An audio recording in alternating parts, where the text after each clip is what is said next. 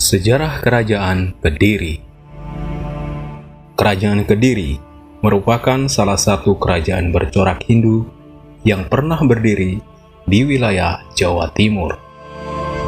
Dalam catatan sejarah, Kerajaan Kediri juga disebut dengan nama Kerajaan Kadiri, Daha, dan Panjalu. Kerajaan Kediri berpusat di Daha atau Danapura, yang sekarang dikenal dengan Kota Kediri. Berdirinya Kerajaan Kediri tak lepas dari peran Raja Airlangga.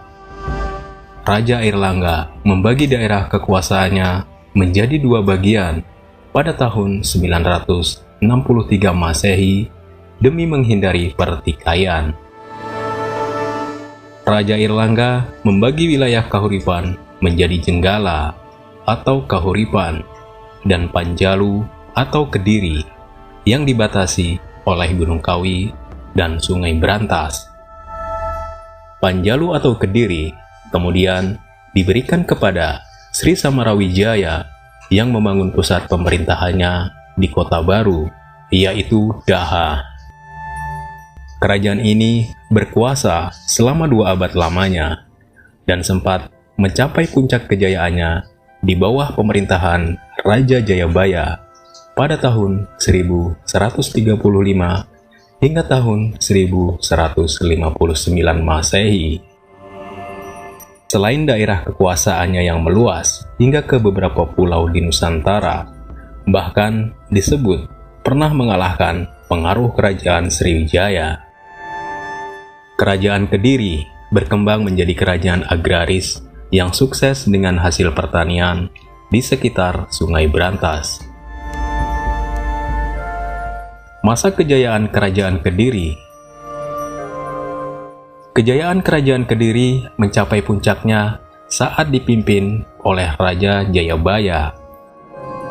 Bahkan di era Raja Prabu Jayabaya, Kediri menjelma sebagai kerajaan besar dan menguasai bandar dagang terbesar di Pulau Jawa. Tercatat dalam sejarah, ada 10 raja yang memerintah di Kerajaan Kediri. Mulai sejak pendirian kerajaan yang merupakan warisan dari Raja Airlangga yang dibagi kepada 2 putranya. Menurut prasasti pembuatan tahun 1402, raja pertama Kerajaan Kediri yaitu Sri Samarajaya. Sri Samarajaya memerintah sejak tahun 1042. Pada tahun tersebut terjadi pembelahan kerajaan Kahuripan, yaitu Panjalu Kediri dan Jenggala.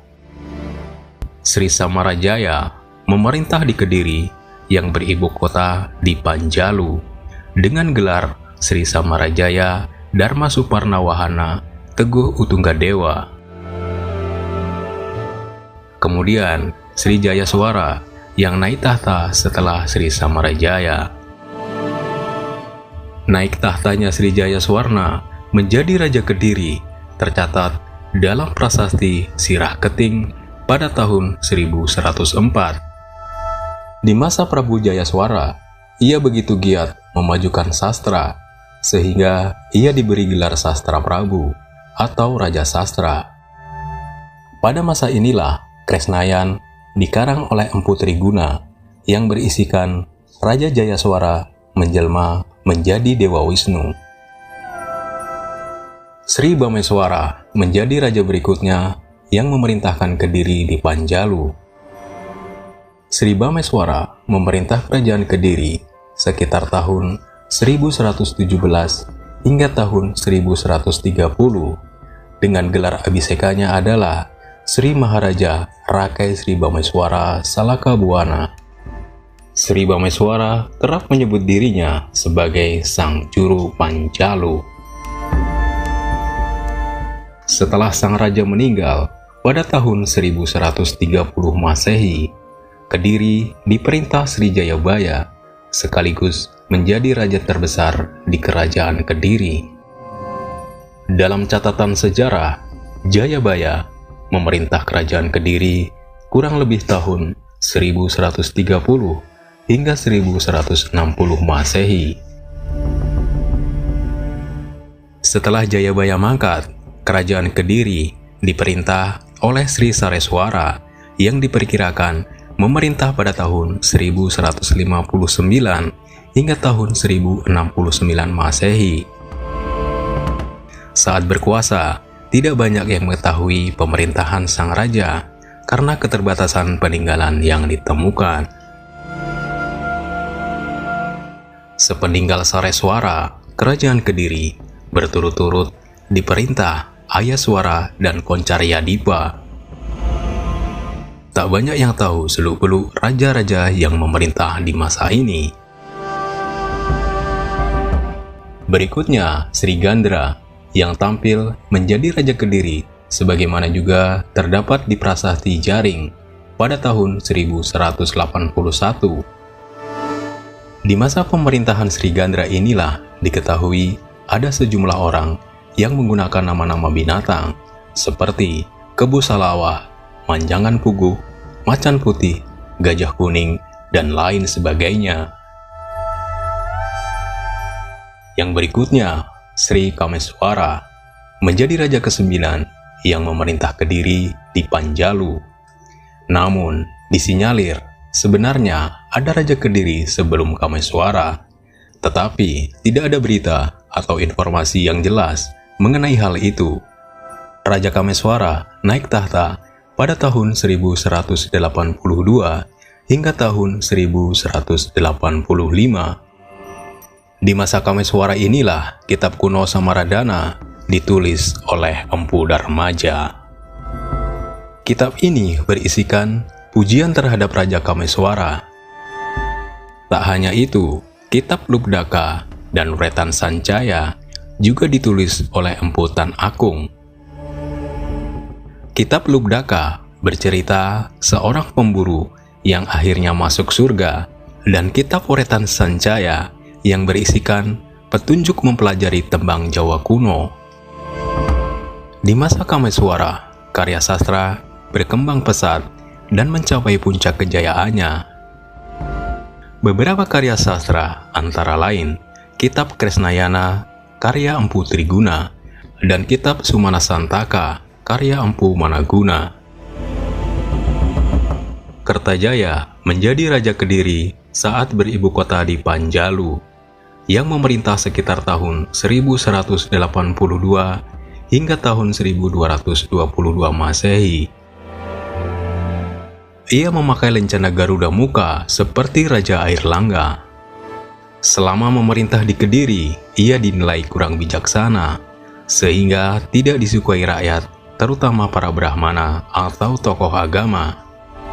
Selama masa pemerintahnya inilah kerap kali terjadi pertentangan antara Kertajaya dengan para Brahmana. Hal inilah yang menjadi salah satu penyebab berakhirnya era kerajaan Kediri di Panjalu.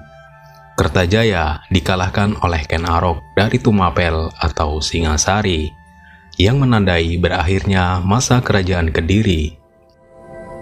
Puncak kejayaan kerajaan Kediri tercapai di bawah kekuasaan Raja Jayabaya, yang juga menjadi raja terbesar di Kediri. Di bawah pemerintahan Raja Jayabaya, kerajaan Kediri berhasil memperluas wilayah kekuasaannya hingga ke Kalimantan dan kerajaan Ternate. Dengan luasnya wilayah kekuasaan yang dimiliki, armada laut kerajaan Kediri juga sangat kuat. Bahkan, keberadaan kerajaan Kediri sampai terdengar hingga di Tiongkok, yang dibuktikan dengan tulisan seorang saudagar bernama Kau Kufei yang menulis tentang karakteristik masyarakat pada masa kerajaan Kediri. Selama berkuasa sebagai raja, Jayabaya berhasil membuat sistem pemerintahan kerajaan Kediri menjadi jauh lebih teratur. Selain itu, hukum juga sudah diterapkan secara adil dan tegas. Bukti keberhasilan Jayabaya dapat dilihat dalam Prasasti Ngantang. Prasasti Ngantang adalah prasasti batu yang ditemukan di daerah Ngantang, Malang, Jawa Timur.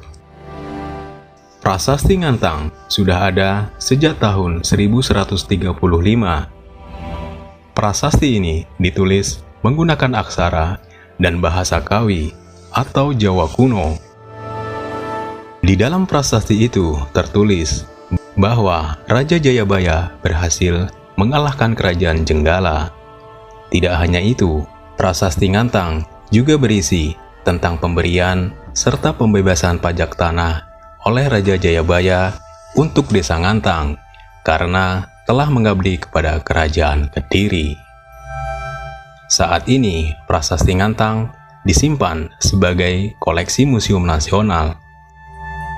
Untuk mengenang setiap jasa Raja Jayabaya, namanya diabadikan di dalam kitab Bharatayuda. Runtuhnya Kerajaan Kediri. Setelah 2 abad berdiri, Kerajaan Kediri mulai melemah saat timbul perselisihan antara Raja Kertajaya dengan kaum Brahmana.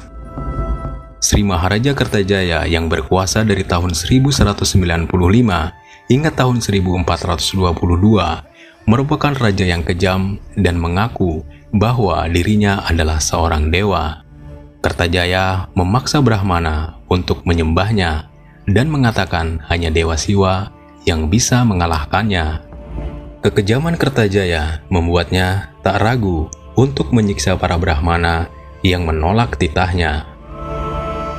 Para Brahmana kemudian meminta bantuan Ken Arok di Tumapel untuk menggulingkan kepemimpinan Kertajaya. Di tangan Ken Arok, Kertajaya akhirnya terbunuh dan Tumapel berhasil menguasai Kediri. Keberhasilan Ken Arok dari Tumapel menguasai Kediri membuatnya kemudian membangun kerajaan baru bernama Singosari.